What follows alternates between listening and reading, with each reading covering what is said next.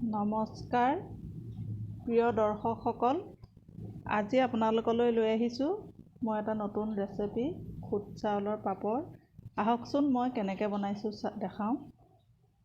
এয়া মই লৈছোঁ খুদ চাউল, একেবাৰে সৰু সৰু। এয়া চাওক, একেবাৰে যিটো পানী খুদ বুলি কয় সেইটো। আৰু মই এইখিনি এতিয়া ধুনীয়াকৈ ধুই ল'ম।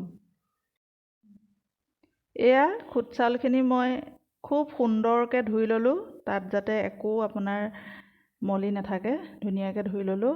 আৰু এইখিনি মই এতিয়া বইল কৰিম। পানীখিনি ধুনীয়াকৈ উতলি আহিছে আৰু ইয়াতে আমি এতিয়া খুদ চাউলখিনি দি দিম।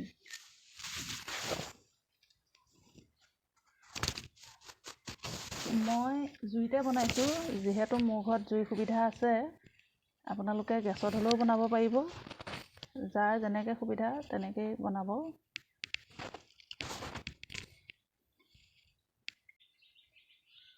চাউলখিনি লাগি নধৰিবৰ কাৰণে এনেকৈ হেতা এখনে লৰাই থাকিব লাগিব,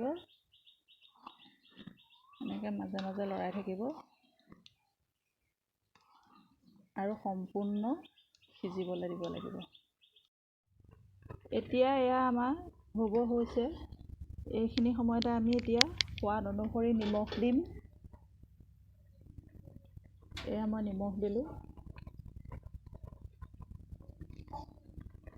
চৌদা অকণমান দিম। এয়া চৌদা দিছোঁ।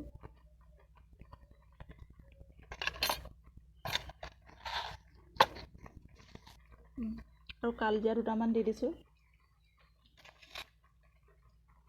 তেতিয়া চেণ্টটো ভাল লাগে খাবলৈ কালজিৰা দিলে। অলপ লৰাই দিছোঁ।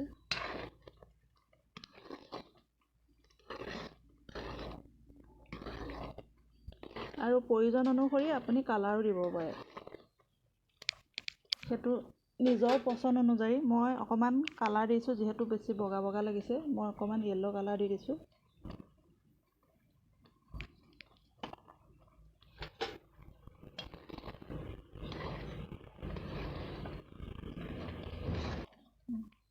এয়া চাওক, মই কালাৰ দি দিয়াৰ পিছত এয়া দেখিবলৈ এতিয়া ধুনীয়া লাগিছে। এয়া আমাৰ এতিয়া সিজোৱা হৈ গ'ল। এয়া চাওক, এনেকুৱা জোখত ৰাখিব লাগিব, এনেকুৱা হ'ব লাগিব, এনেকুৱা জোখত ৰাখিব। এইখিনি মই এতিয়া ঠাণ্ডা হ'বৰ কাৰণে অলপ সময় জুইৰ পৰা নমাই ৰাখিম। এতিয়া আমি কটন কাপোৰ এটুকুৰা ল'ব লাগিব।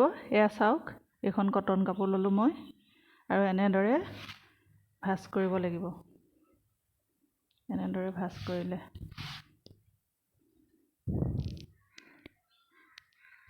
এনেদৰে ভাঁজ কৰি এই সোঁ মাজতে আপুনি অকণমান ফুটা কৰি দিলে, কাটি দিলে অকণমান সোঁ মাজতে।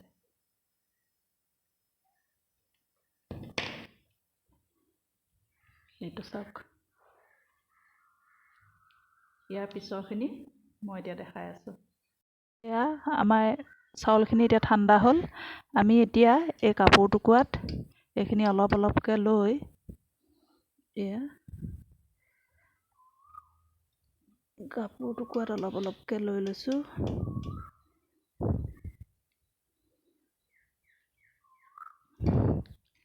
এতিয়া লৈ পেলাই আমি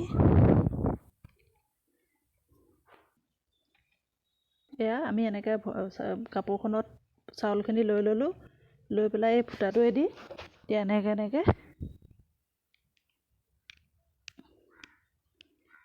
আমি বনাই যাম।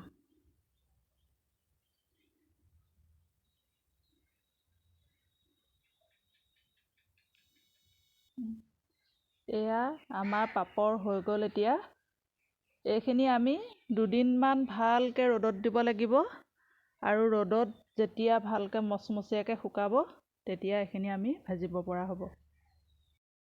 এয়া চাওক, ভালকৈ ৰ'দত শুকোৱাৰ পিছত পাপৰখিনি মচমচীয়াকৈ ৰ'দত শুকাবলৈ দিলোঁ। এয়া এতিয়া মই ভাজিম। তেলখিনি গৰম হোৱাৰ পিছত মই এতিয়া অলপ অলপকৈ ভাজিছোঁ।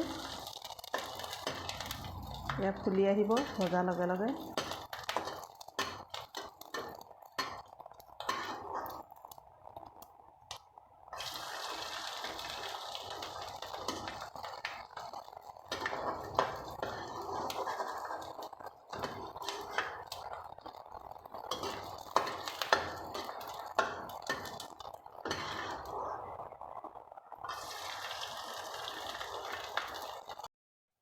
এয়া চাওক পাপৰখিনি ভাজি হৈ গ'ল, কিমান ধুনীয়াকৈ ফুলি উঠিছে আৰু খাবলৈও বহুত ধুনীয়া।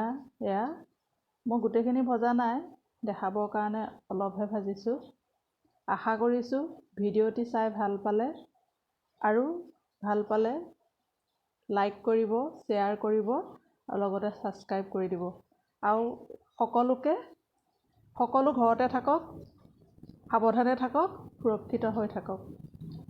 ধন্যবাদ।